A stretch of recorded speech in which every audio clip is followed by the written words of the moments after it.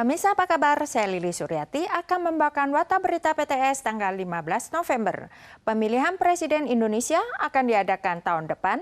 Komisi Pemilihan Umum Indonesia mengumumkan pada hari Senin bahwa mereka telah menyetujui kualifikasi 3 calon presiden, termasuk Menteri Pertahanan Prabowo Subianto yang telah mencalonkan diri sebanyak 3 kali, dan pasangannya yakni putra sulung Presiden Joko Widodo, Gibran Rakabuming Raka yang baru menginjak umur 36 dan berada di bawah batas minimal umur 40 tahun untuk mencalonkan diri. Namun Mahkamah Konstitusi beberapa hari yang lalu mengambil keputusan yang menguntungkan Gibran dan memicu kritik masyarakat. Komisi Pemilihan Umum Indonesia mengumumkan pada hari Senin bahwa mereka telah menyetujui kualifikasi 3 calon presiden, termasuk Menteri Pertahanan Prabowo Subianto yang telah mencalonkan diri sebanyak 3 kali dan pasangannya yakni putra sulung Presiden Joko Widodo, Gibran Rakabuming Raka. Tugas kita sekarang melanjutkan dan menyempurnakan. Sempat menjabat sebagai wali kota Solo, Gibran menuai kritik karena usianya yang baru menginjak 36 tahun dan berada di bawah batas minimal 40 tahun untuk mencalonkan diri. Namun para pendukungnya mengajukan petisi ke Mahkamah Konstitusi dan dengan voting 5-4 pada pertengahan Oktober, hakim memutuskan selama pernah menjadi pejabat terpilih atau wakil rakyat, maka tidak ada batasan usia minimal untuk mengikuti Pilpres. Salah satu hakim yang mengambil keputusan ini adalah kerabat Jokowi, yang dicurigai membantu Gibran lewat jalan belakang. Terutama soal capres dan cawapres yang dinilai penuh dengan intervensi dan penuh dengan dalam tanda kutip pelanggaran etik yang cukup luar biasa. Prabowo juga tak luput dari kontroversi karena ia merupakan menantu mantan Presiden Soeharto dan memiliki catatan buruk dalam segi hak asasi manusia. Kali ini ia memilih Gibran sebagai wakilnya, yang akhirnya membuat ia unggul dalam hasil jajak pendapat. Sementara itu 2 calon lainnya adalah mantan Gubernur Provinsi Jawa Tengah Ganjar Pranowo dan mantan Gubernur Jakarta Anies Baswedan. Seiring tibanya musim gugur dan dingin, ancaman influenza semakin meresahkan. Bulan lalu, seorang bocah laki-laki yang berusia 4 tahun di Taiwan Utara terinfeksi influenza tipe B dan komplikasi meningitis akut. Saat ini sedang menjalani perawatan medis intensif. CDC mengumumkan bertambahnya 4 kasus kematian akibat influenza minggu lalu. Semuanya adalah lansia di atas 60 tahun. Selain itu juga bertambah 15 kasus baru komplikasi influenza. Di antaranya yang paling mudah adalah seorang bocah laki-laki berusia 4 tahun di daerah utara. Ia terinfeksi influenza tipe B yang berkembang menjadi komplikasi akut pada bulan Oktober. Saat ini sedang menjalankan perawatan medis intensif.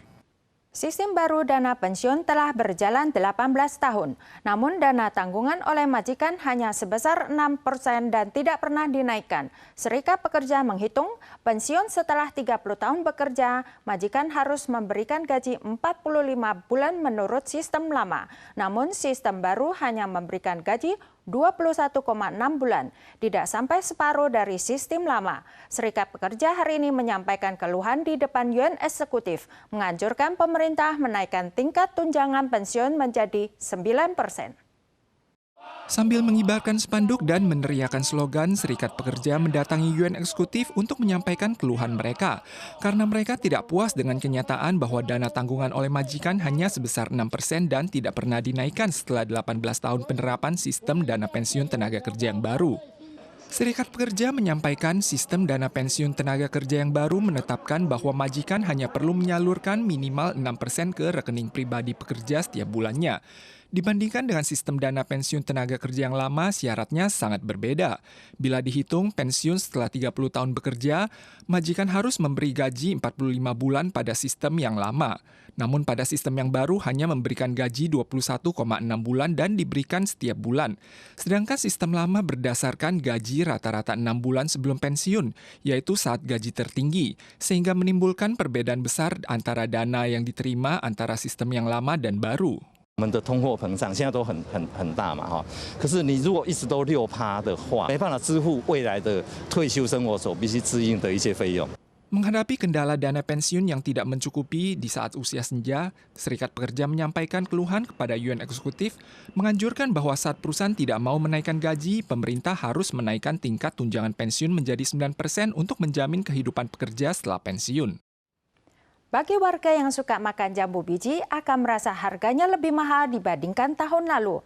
Harga eceran jambu biji mutiara adalah 50-60 dolar per cin, lebih mahal 20-30%.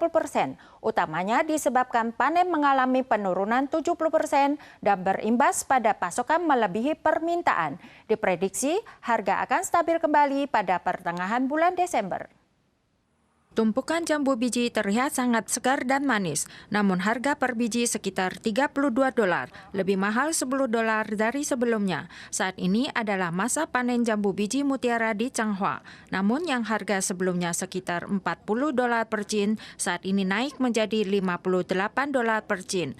Menurut statistik Dijen Pertanian dan Pangan tanggal 15, harga grosir jambu biji mutiara 66,1 dolar per kilogram, naik 2 kali lipat dari periode yang sama tahun yang lalu. Sedangkan harga grosir jambu biji merah 68,3 dolar per kilogram. Kementerian Ketenagakerjaan mengumumkan survei permintaan tenaga kerja untuk kuartal pertama tahun depan.